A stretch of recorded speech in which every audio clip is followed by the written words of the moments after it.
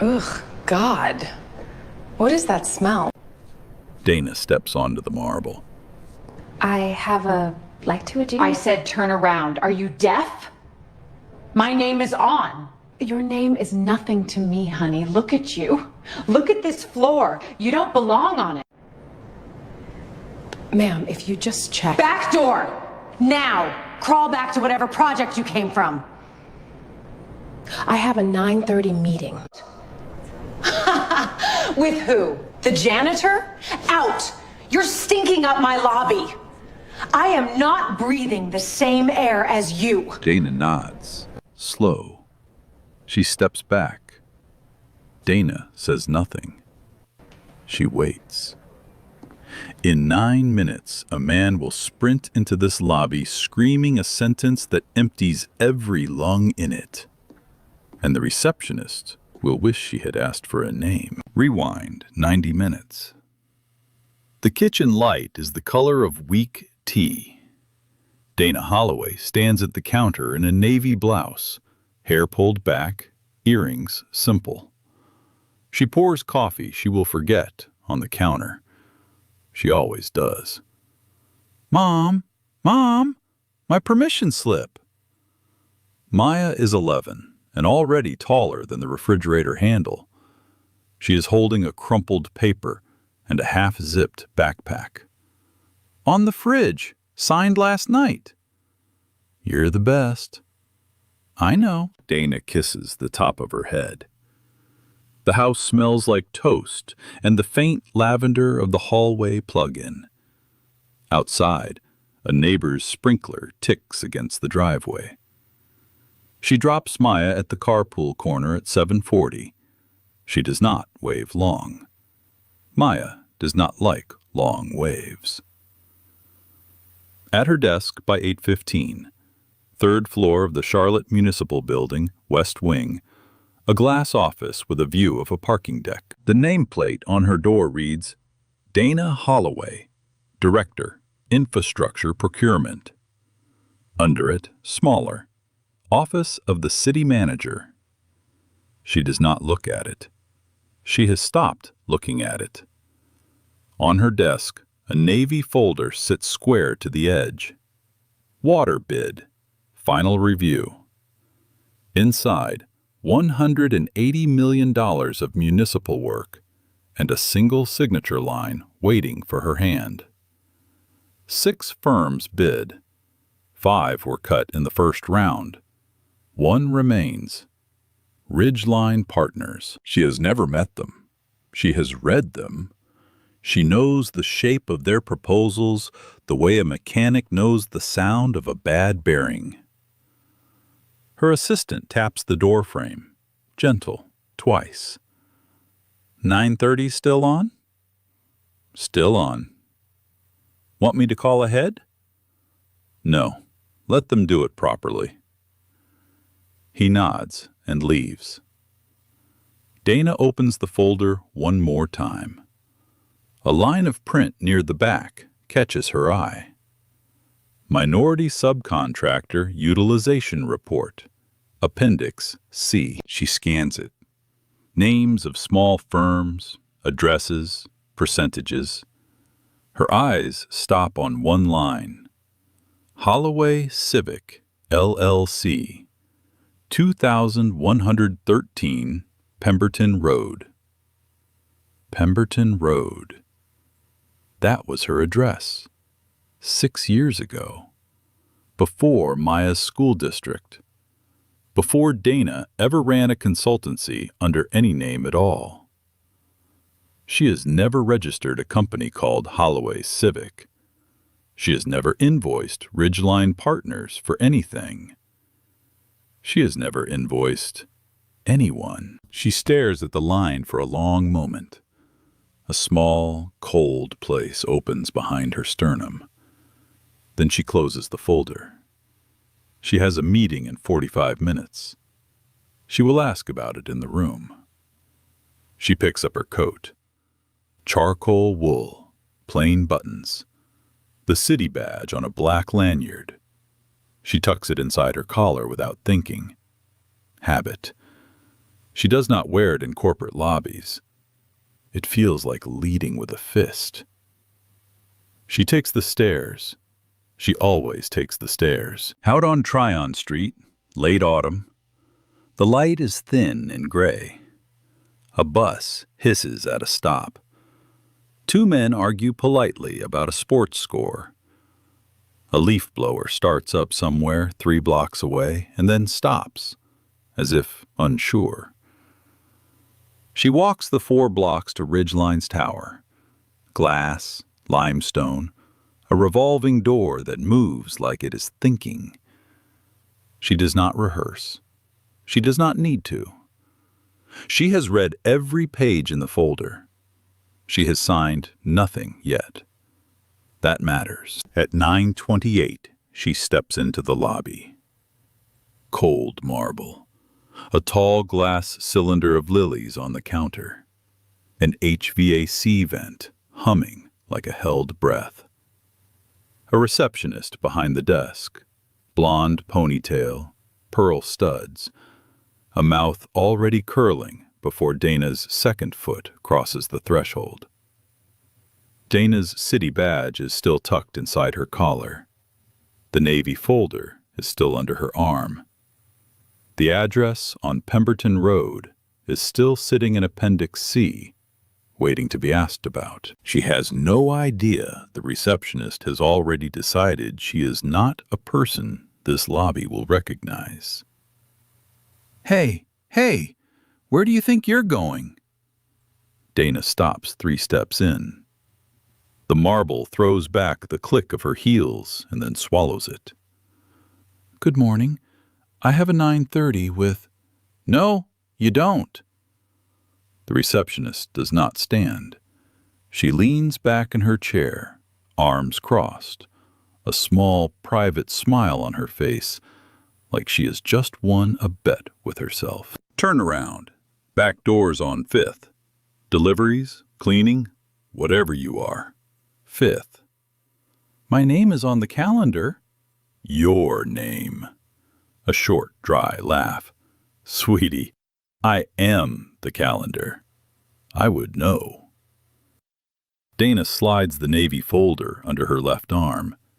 She keeps her right hand open at her side. She does not step forward. She does not step back. Could you check for Holloway, 9:30, with Mr. Whitlock? Mr. Whitlock. The receptionist repeats the name like Dana has mispronounced a country. Honey, Gregory Whitlock does not take meetings with people who walk in smelling like a bus stop. A courier near the revolving door lowers his phone. He does not look up, but he stops scrolling. I haven't been on a bus. Then I don't know what that is on your coat. Let's not find out. Dana breathes in once, slowly. The lily smell is thicker near the desk, almost medicinal. If you could just check the 9:30, I said, out. An intern, maybe 22, crosses the lobby with a stack of printouts. She slows when she hears the tone. She does not slow enough to stop. A young accountant in a cheap blazer steps out of the elevator, sees the scene, and finds a very interesting place on the floor to look. The receptionist leans forward now. Her voice drops into something quieter and meaner. The voice people use when they think they are being reasonable. Look, I don't know who told you to come here. I don't know what you thought was going to happen. But this is a 7-figure floor. The partners do not meet with walk-ins. They do not meet with applicants. They do not meet with people who look like they wandered off a job site. I'm not an applicant. Then what are you, sweetheart? Because I'm looking at you and I'm not seeing a client. Dana's jaw tightens once.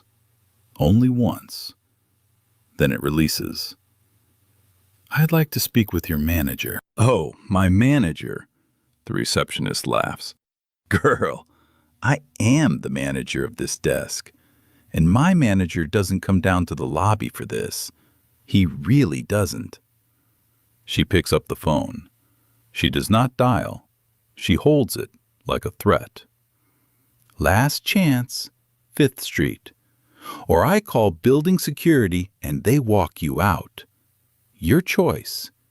Don't make it hard. Dana looks at the phone. She looks at the receptionist.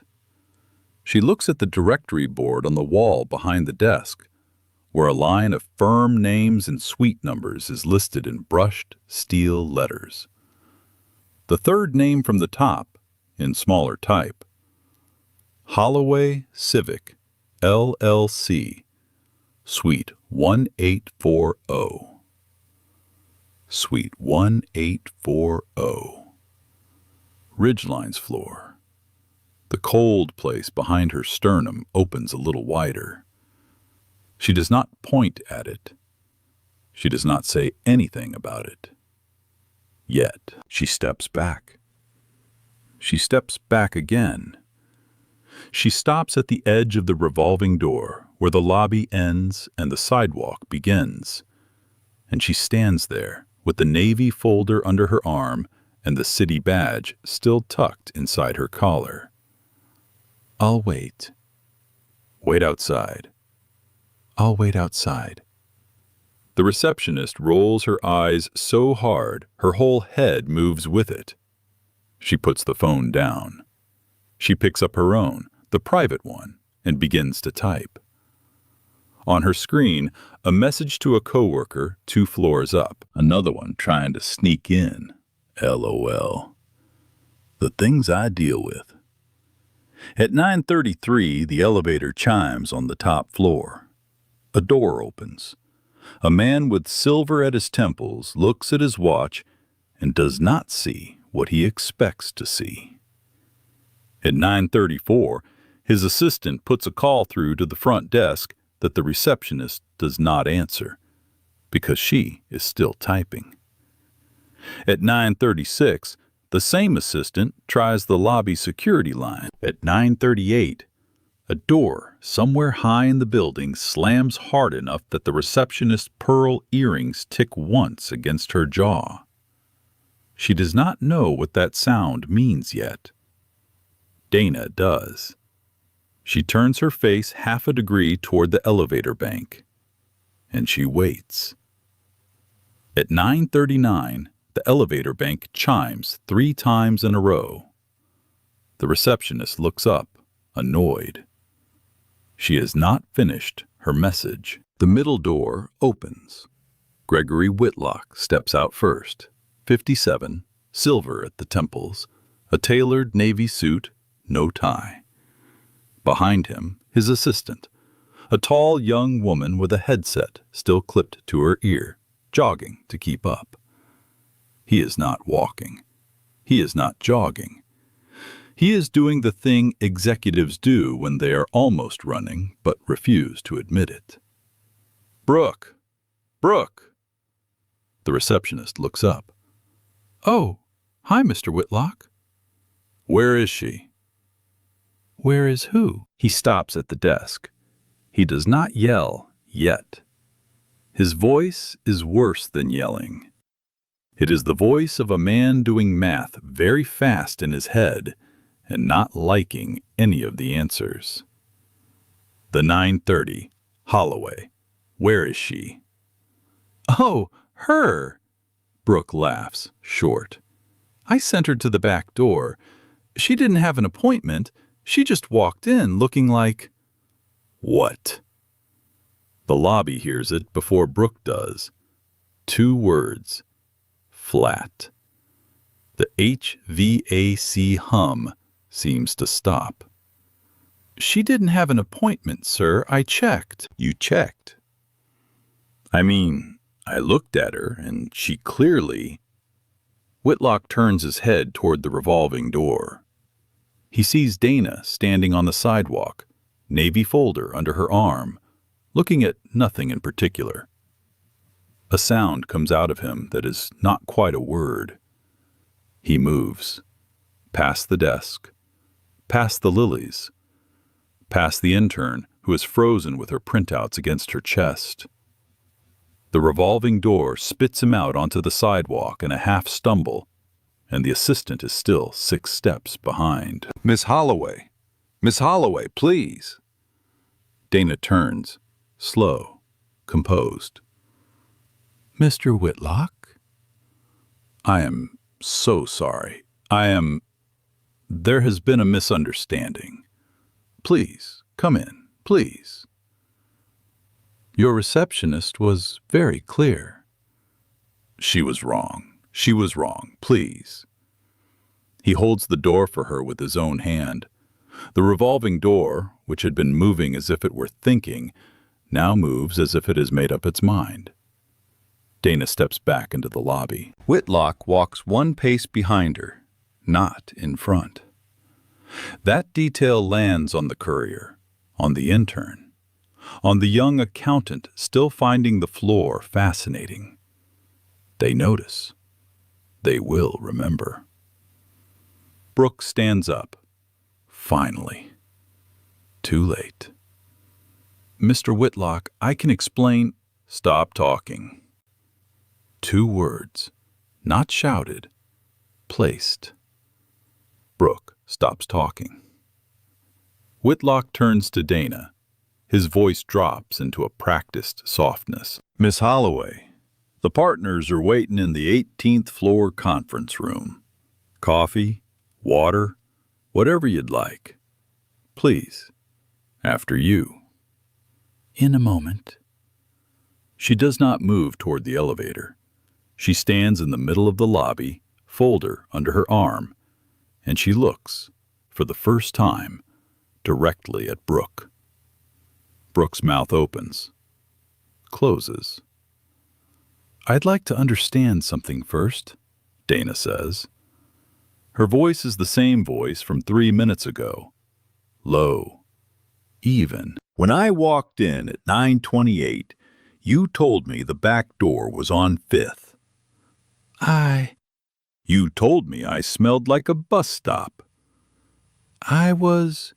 You told me this was a 7-figure floor.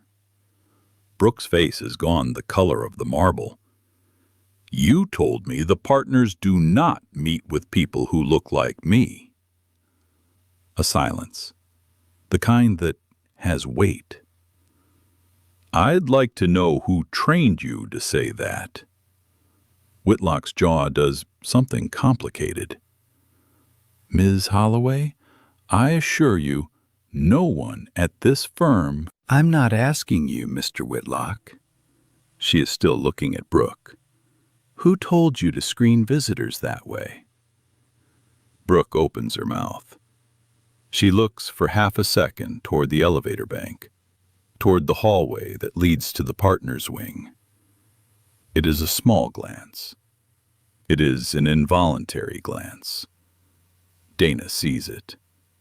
Whitlock sees Dana see it. It's just protocol, Brooke says. Standard visitor protocol. I was trained to. By whom? I can't. By whom, Miss Sutterfield? Brooke's name on Dana's tongue lands like a key turning. Brooke blinks. She does not remember introducing herself. Whitlock steps between them. Not hard. Smooth. A man accustomed to placing himself between things. Miss Holloway, please. Upstairs. Let us handle personnel matters internally. I give you my word.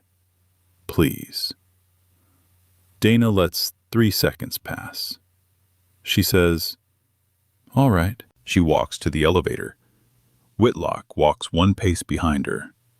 His assistant walks 2 paces behind him, and her headset is still live.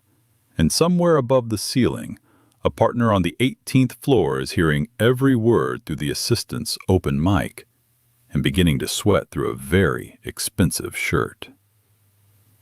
The elevator doors close on Brooke's face. Brooke sits back down. Her hands do not work the way she wants them to. She reaches for her private phone. The screen is still open to her unfinished message. Another one trying to sneak in, lol. She stares at it. Then she looks up at the directory board behind her desk, at the brushed steel letters, at the third name from the top. Holloway Civic, LLC, Suite 1840. And the cold place that has been sitting behind Dana Holloway's sternum all morning. That cold place just found a new home. The 18th floor smells like new carpet and old money. 3 partners are already standing when the doors open. Gregory Whitlock leads. Behind him, Marianne Beaufort, 61, pearl gray suit, a smile that has been rehearsed since she was 20. Beside her, a younger partner whose name Dana does not bother to remember. Miss Holloway, a pleasure, truly. Beaufort extends a hand. Dana takes it once, briefly. Please, sit. Coffee? Water? Water. A glass arrives before the word finishes. Dana does not sit. She places the navy folder on the long walnut table. She rests one hand on it, flat. Before we begin, I'd like a stenographer in the room. Beaufort's smile stays where it is. Her eyes adjust. A stenographer? Yes. Miss Holloway, this is a preliminary. My office requires a record on all final round contacts. It's standard. It is not standard. Beaufort knows it is not standard. Beaufort does not say so. Of course, of course. Give us 5 minutes. A call is made. A paralegal appears. A small recorder is placed on the table beside a steno pad, and a woman in a cardigan sits down and begins to type before she is introduced. Dana opens the navy folder. She does not open it to the first page. She opens it to Appendix C. Before we discuss the water bid, I'd like to clarify one line in your utilization report. The younger partner leans forward. Of course. Holloway Civic LLC, Pemberton Road. A silence. Beaufort smiled as a small thing at one corner. I'd need to check with procurement. I'll save you the call. I've never formed a company by that name. I've never invoiced your firm. The address is a house I sold 6 years ago. Whitlock's hand tightens on the back of a chair. That must be a clerical. It's on the federal filing, Mr. Whitlock. A clerical error does not sign an IRS form. She lets that sit. The steno keys click quietly, the only sound in the room. Now, the water bid. She turns to the first page. I am Dana Holloway. I am the Director of Infrastructure Procurement for the City of Charlotte. I am the sole signing authority on the municipal water infrastructure package currently before your firm. $180 million. Beaufort's smile is gone. The bid was scheduled to be signed this morning at 10. Whitlock's face has moved through 3 colors. It will not be signed this morning. Her hand stays flat on the folder. I am placing the Ridgeline bid under administrative hold, effective now. I am opening an inquiry into Appendix C. I am requesting the visitor logs, the badge scan records, and the front desk training materials for the last 18 months. The younger partner starts to speak. Beaufort puts 2 fingers on his wrist. Miss Holloway, we will of course cooperate with any inquiry, but I would like to say, for the record, that the incident downstairs does not reflect. The incident downstairs is not the inquiry, Miss Beaufort. A pause. The incident downstairs is how I found it. She closes the folder. You have until Friday to produce the documents listed in this request. My office will be in touch. She slides a single sheet across the walnut. Then she stands. She walks to the door. Whitlock walks one pace behind her again. He does not try to speak. At the elevator, Dana turns her head half a degree. Mr. Whitlock? Yes? Your receptionist knew my name by the end of our conversation downstairs. I did not give it to her. A beat. You might ask her how.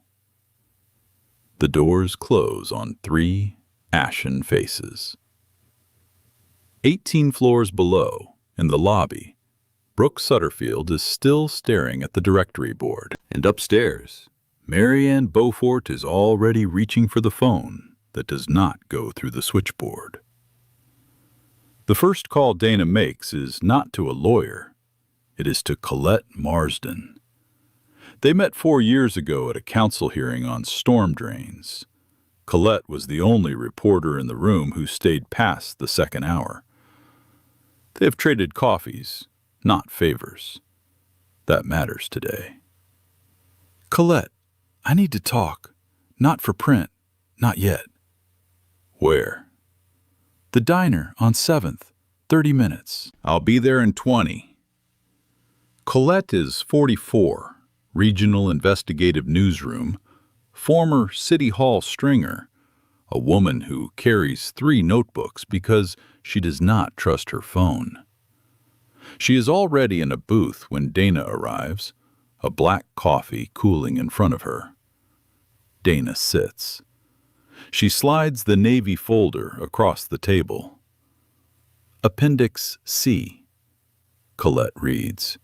Her face does not move. Her face almost never moves. Pemberton Road was yours. 6 years ago. And you never formed Holloway Civic? No.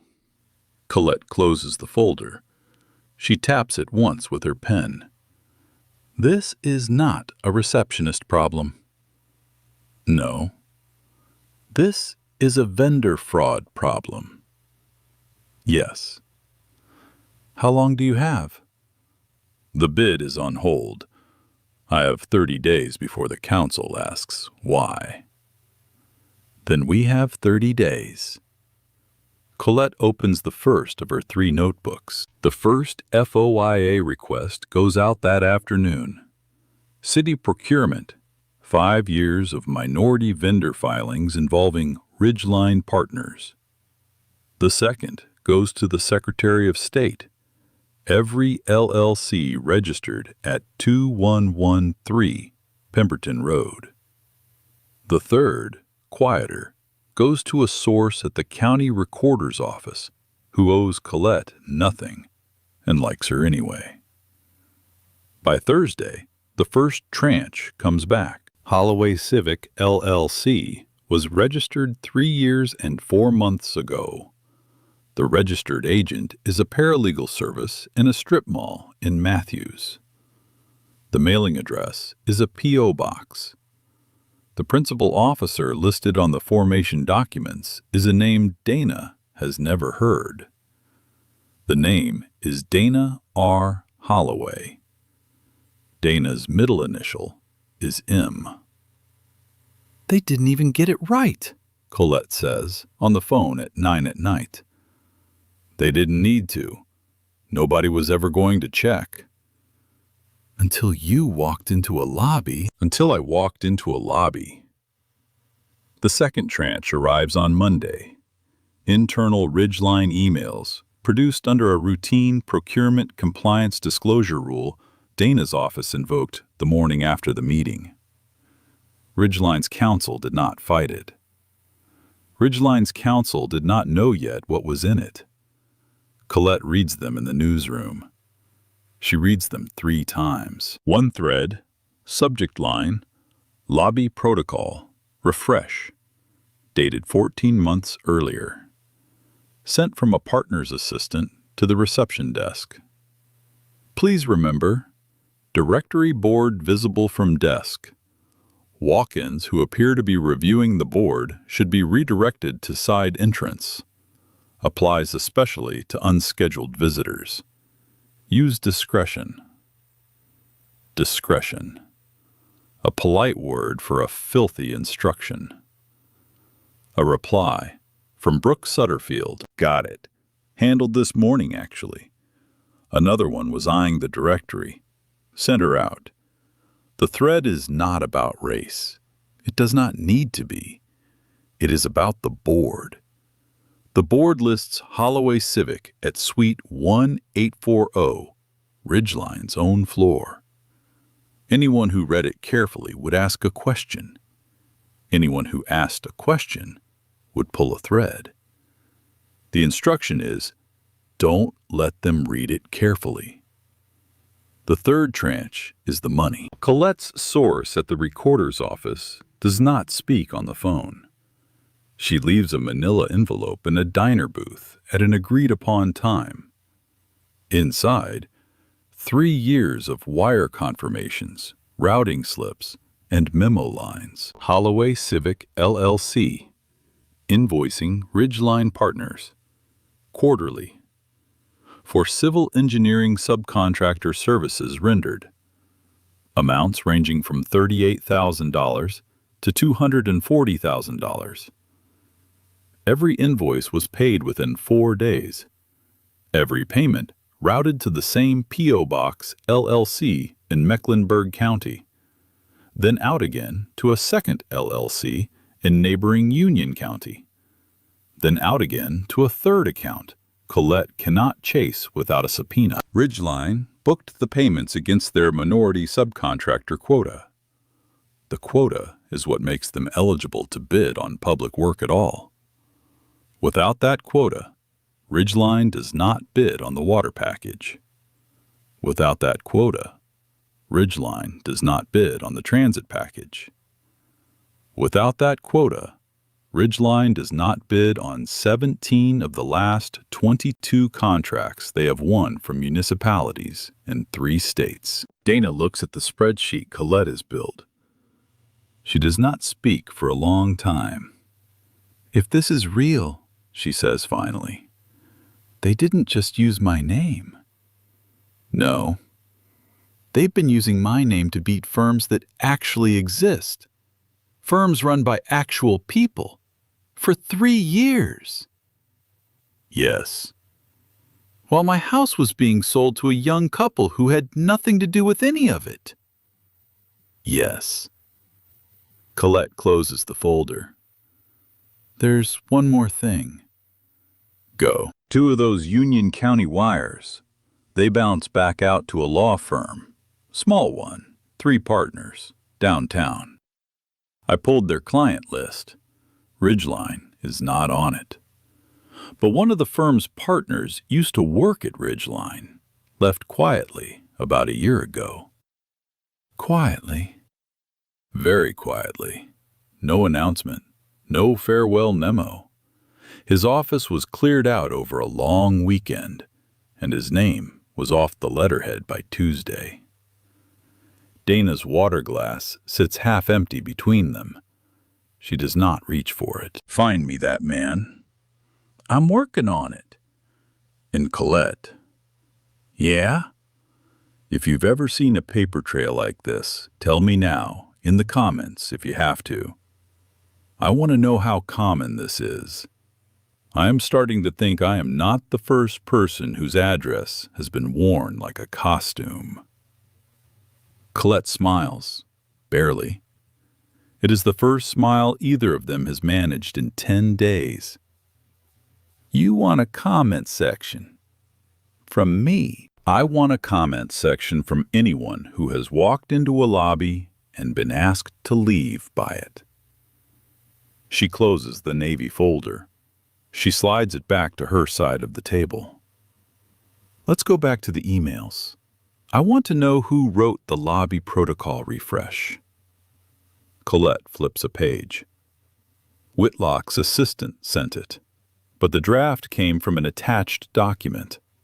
The metadata on that document shows an author. Who? Marianne Beaufort. Dana does not react.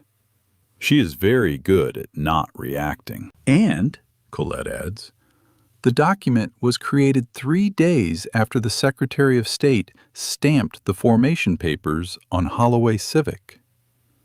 A silence. Outside the diner, a city bus hisses at the curb. A fluorescent light above the counter ticks once, like a metronome remembering the beat. 3 days, Dana says.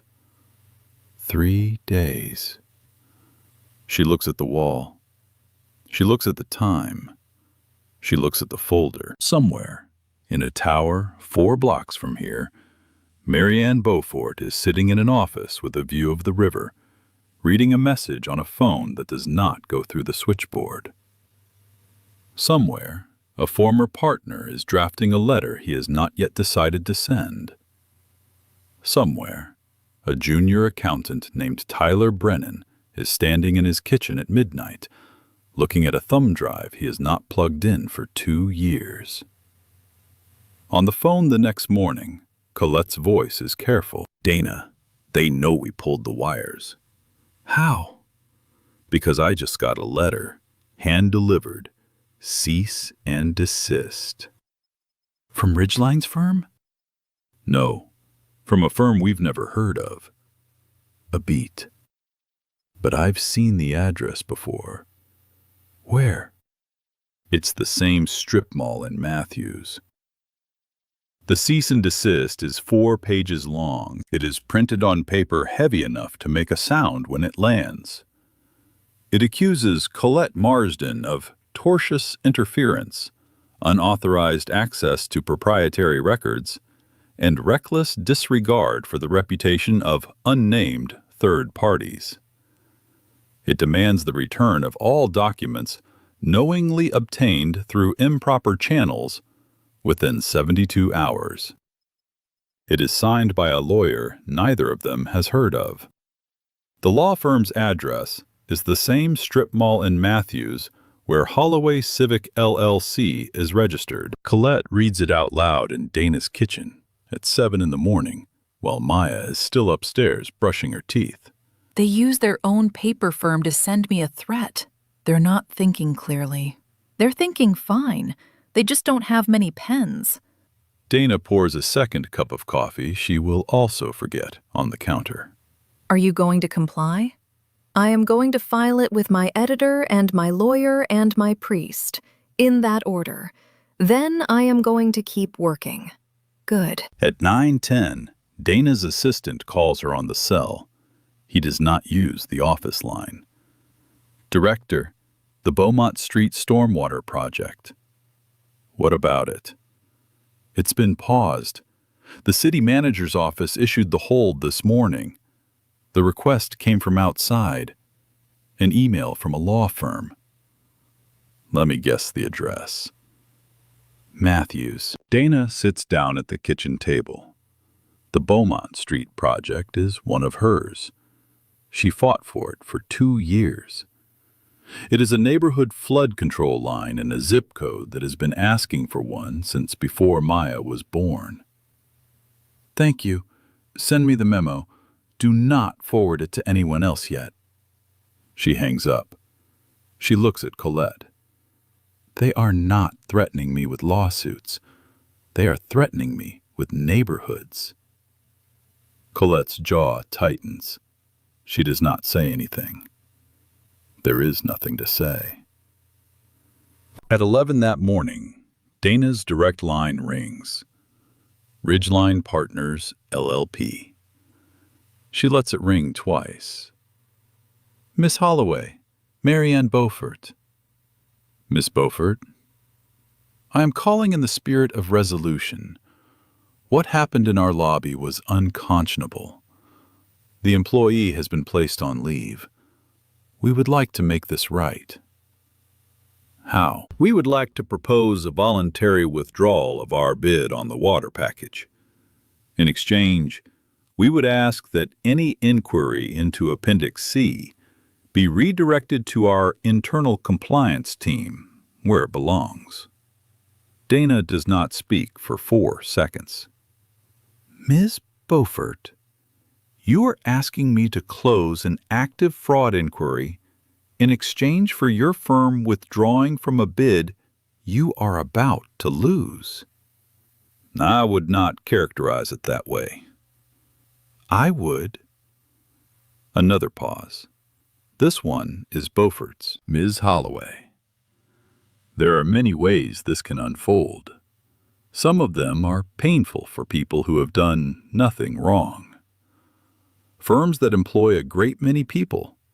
Firms that, if a story were to run the wrong way, might find their contracts reviewed. Is that a threat? It is a description of the weather. Ms. Beaufort, for the record, and for the file I am keeping on this call, I am ending this conversation now. She hangs up. Her hand does not shake. She notices this. She files it away. At 3 p.m, a Charlotte Observer reporter calls Colette to ask about a tip. The tip claims that a senior city official has been steering bids to a shell company bearing her own name. Colette's voice goes flat. Who gave you that tip? Anonymous. Pull the string on the anonymous. You are going to find a strip mall. She hangs up and calls Dana. They are trying to flip the story. I know. They're going to say you ran the shell. I know. Dana, this is the part where people lose their jobs, even when they win. I know.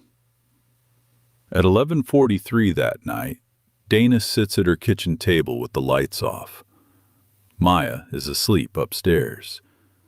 The house smells like the lavender plug-in and the faint char of a pan she forgot to wash. On the table, a voicemail transcript from her deputy.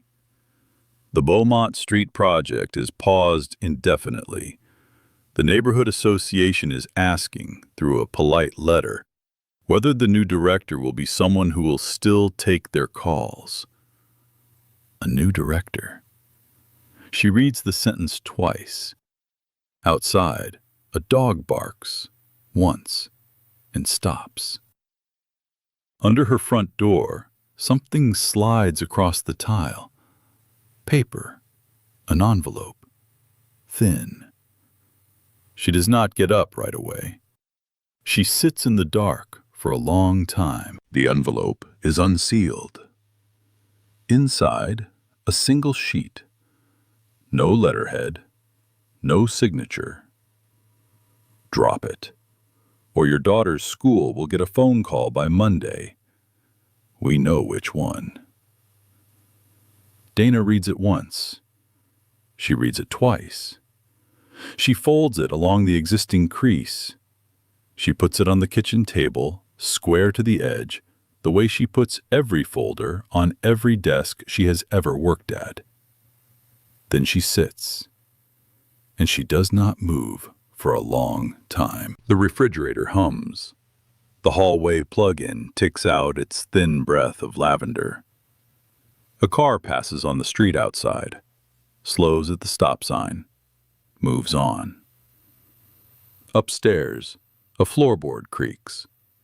Maya's bare feet on the landing. Mom? Dana looks up. She slides the paper under a placemat without seeming to slide it. Couldn't sleep? I had a dream about school. Come here. Maya pads down the stairs, pajamas 2 inches too short at the wrists. She climbs into the chair next to her mother and puts her head on Dana's shoulder like she is 6 again. Mom? Are we going to have to move? Dana does not answer right away. Why would we have to move, baby? I heard you on the phone. You said a new director. You said it twice. Dana closes her eyes. No one is moving. Okay. No one. Okay. Maya does not move. She smells like kid shampoo and sleep. Mom? Did someone do something bad to you? Dana breathes in, breathes out. Someone tried. Did they win? Not yet. Are you going to let them? A long silence. No. Okay. Maya kisses her mother's shoulder, vaguely, the way a tired child kisses anything nearby. She goes back up the stairs. The floorboard on the landing creaks once more. Then silence. Dana sits alone. She takes the paperback out from under the placemat. She reads it a third time. She is looking for the part of herself that is supposed to be afraid, and she finds it, exactly where it has always been. And she discovers something she did not know until tonight. It is smaller than her daughter. She picks up her phone. Colette, it's 1 a.m. I know. What happened? An envelope. Under my door. They are named Maya. A long, cold pause on the other end of the line. Photograph it. Don't touch it with clean hands again. I'll be there in 20. Colette. Yeah? I was going to tell you to stop. I know you were. I'm not going to. I know. She hangs up. If you are listening to this right now, and you have ever been in the chair Dana is sitting in, the kitchen chair at 1 a.m. with a thin piece of paper on the table and a child asleep upstairs, tell me about it. Not the worst of it, just the hour you decided you were not going to fold. I want to know what you told yourself. Dana stands up. She washes the pan she forgot to wash. She dries it. She puts it away. She does not cry. She has not cried all week. She suspects she will cry later, when the story is over and there is time for it. But tonight there is not time. She turns off the kitchen light. She goes upstairs. She stands in Maya's doorway for a full minute without going in. Then she goes to her own bedroom, sits on the edge of the bed in the dark, and opens her laptop. She types one line into a blank document. Find me the partner who left. She sends it to Colette. 3 minutes later, Colette's reply arrives. Already found him. He wants to talk. His name is Peter Ashford. He is 51. He was a named partner at Ridgeline for 11 years. He left in October of last year on a Friday and was off the letterhead by Tuesday. Colette finds him in a 2-room law office above a bakery in Davidson, 30 minutes north of the city. He opens the door himself. Miss Holloway, Miss Marsden, come in. I've been waiting for this meeting for 1 year and 2 months. The office smells like bread and warm paper. A single plant, a ficus, is doing well in the window. He sits them down. He pours water. He does not offer coffee because he does not drink it anymore.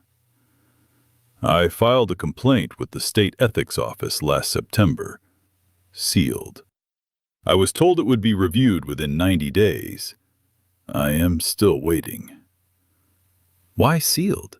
Dana asks. Because I was still at the firm when I filed it, and because I wanted the dates locked in before anyone could say I made them up later. What dates? He opens a drawer. He takes out a manila folder. He slides it across the desk. These ones. Inside, a timeline, handwritten, of Holloway Civic LLC. Formation, first invoice, quarterly payments.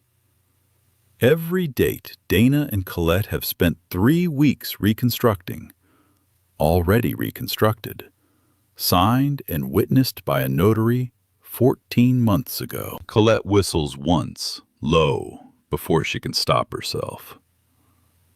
Why didn't you go to the press? I'm a lawyer. I went to the regulators. That was the mistake. I will not make it twice. He looks at Dana. I understand your name is on the shell. Yes. I tried to have it removed before I left. I was told the paperwork was in process. That was the week my key card stopped working. He does not sound bitter. He sounds tired. There are 2 other women who called the firm that year, before you. They asked about opportunities. They were told the firm was not hiring. They were told on the sidewalk by a receptionist at the revolving door. They did not get names. Do you have theirs? Yes. They have signed declarations. They are ready to file them when you are. Dana takes the folder in both hands. She does not speak for a moment. Outside, a bakery bell rings, muffled through the floor. Someone downstairs laughs at a joke they have heard before. Mr. Ashford, why now? Because they used a child in a threat. I heard about it this morning. I have a granddaughter. Colette's pen stops moving. Who told you? A junior accountant, name of Brennan. He called me at 6:30. He has been holding a backup drive for 2 years. He would like to stop holding it. At noon the next day, in a different diner on a different street, Tyler Brennan sits across from Dana with a small silver thumb drive in the center of the table. His hands are not steady. He has not eaten. I copied it the week I was hired. Everyone told me I was being paranoid. You were not being paranoid. No, I was being slow. Dana picks up the drive. She holds it in her palm for a moment, light as a nothing, heavy as a door. The drive holds 11 gigabytes. Colette's tech editor copies it 3 times before anyone opens a single file. One copy goes into a newsroom safe. One goes to Peter Ashford's office. One goes to a forensic accountant in Raleigh who has agreed to work nights for a week on a handshake. By Thursday morning, the accountant calls. Ms. Marsden, your shell company paid a second shell company. That second shell paid a third. The third paid a law firm. The law firm paid a political action committee. Go on. The PAC made 2 maximum contributions last cycle. One to a sitting county commissioner, one to a state senator who sits on the infrastructure committee. Colette writes it down in her second notebook. The first one is full. How clean is the trail? It is not clean.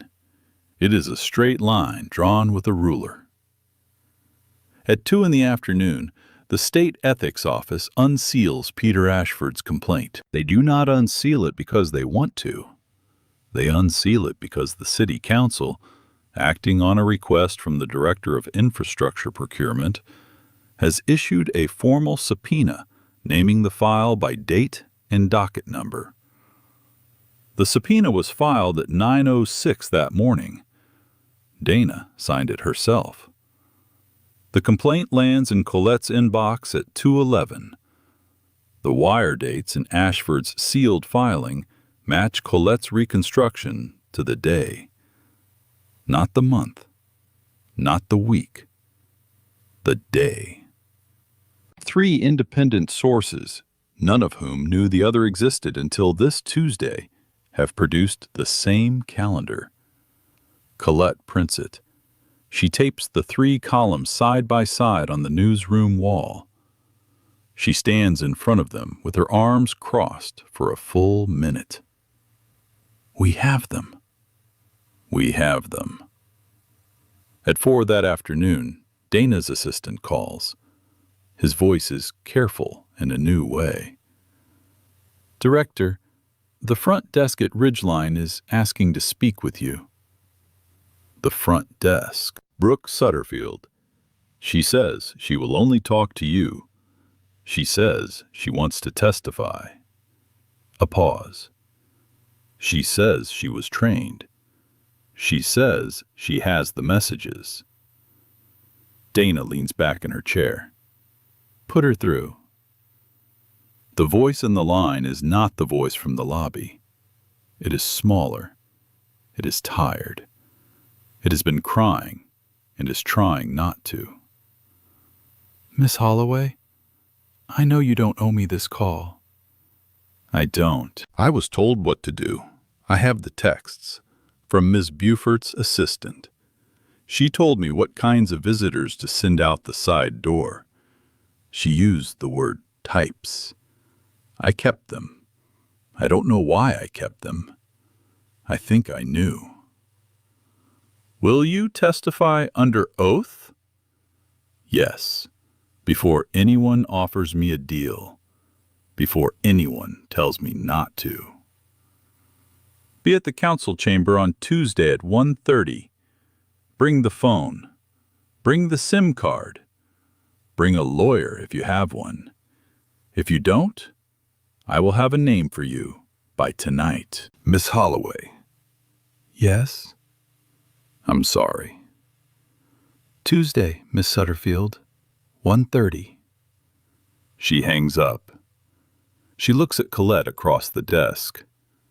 They built the wall out of her, and now she is the first brick to fall out of it. Colette closes the notebook. Council hearing is in 5 days. 5 days. Outside the office window, the late sun turns the glass of the Ridgeline Tower a color that is almost, but not quite, the color of a closing door. Tuesday, 1:30. The chamber is full. The room smells like a cold radiator and old varnish. A microphone at the witness table hums faintly.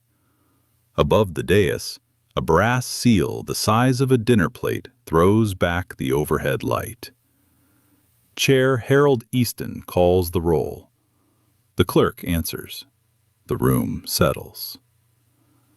Gregory Whitlock is sworn first. He wears the same navy suit. The knot of his tie is a 1/4 inch off. Mr. Whitlock, are you familiar with a company called Holloway Civic LLC? I am aware of the name. When did you first become aware of it?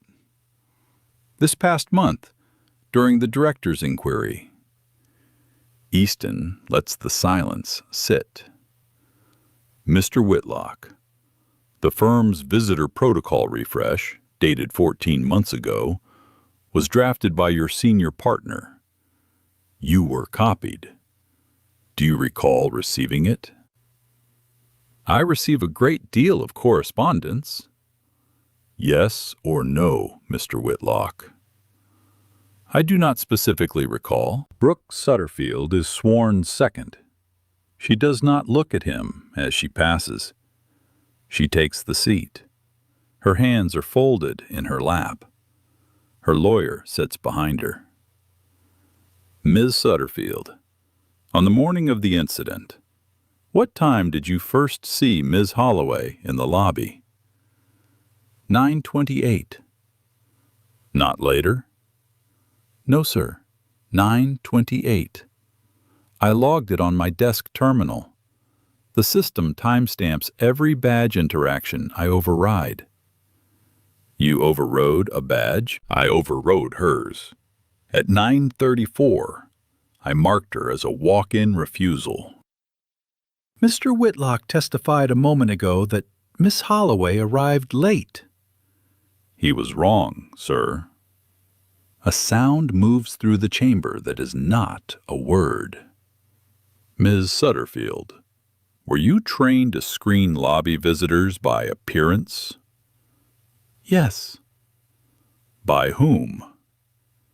By a document sent from Miss Beaufort's office. I can produce the email. I have the full thread on my personal phone. I have already given it to counsel. Whitlock's jaw moves once. He does not look at Beaufort. He does not have to. Ridgeline's outside counsel, a silver-haired man in a gray suit, rises briefly. For the record, my clients deny any coordinated scheme. Ms. Sutterfield's characterization of internal training is disputed and will be addressed in the appropriate forum. Easton nods once. So noted. Dana is called last. She walks to the table the way she walks into every room, unhurried. The navy folder under her arm. She sits. She opens it. She does not look at notes. Chair, members, I will be brief. She names the dates. She names the wires. She names the 3 independent reconstructions, the forensic accountant's, Mr. Ashford's sealed complaint, Ms. Marsden's FOIA trail. And she notes, for the record, that all 3 produced the same calendar to the day. She does not raise her voice. She does not accuse. She recites. When she finishes, she folds her hands on the folder and waits. Easton looks down the dais. A vote is called. 6-1. Ridgeline Partners LLP is barred from bidding on any public contract in the city of Charlotte, effective immediately. The wires are referred to the district attorney. The sealed complaint is referred to the state ethics office for full review. The gavel lands once. Outside the chamber, in the marble corridor, a quiet man in a charcoal coat steps into Dana's path. He hands her a business card. 2 words. Restructuring counsel. He does not say anything else.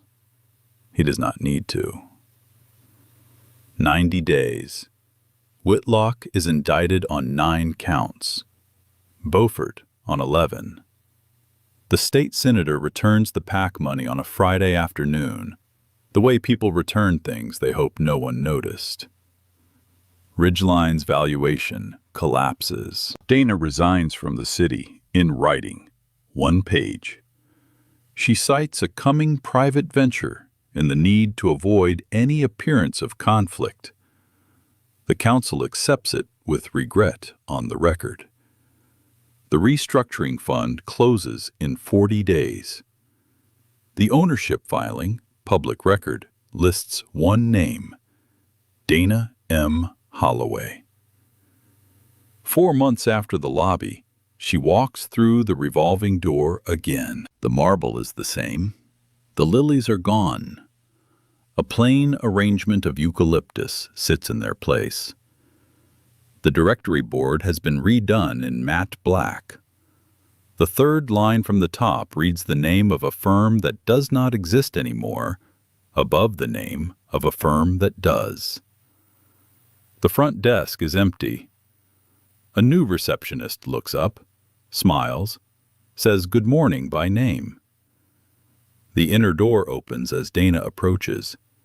It does not wait to be asked. She thinks of Maya. She thinks of the envelope on the kitchen table. She thinks of the sentence she wrote at 1 a.m. The company told her to use the back door. Now she owns the building. If you have ever been sent to the back door, like, subscribe, and tell me what you built instead. OMG. They told her to use the back door. She ended up owning the whole building. Nah, Fra. Never let anyone tell you where you belong. You decide that. And when they shut the front door, build your own door. Period.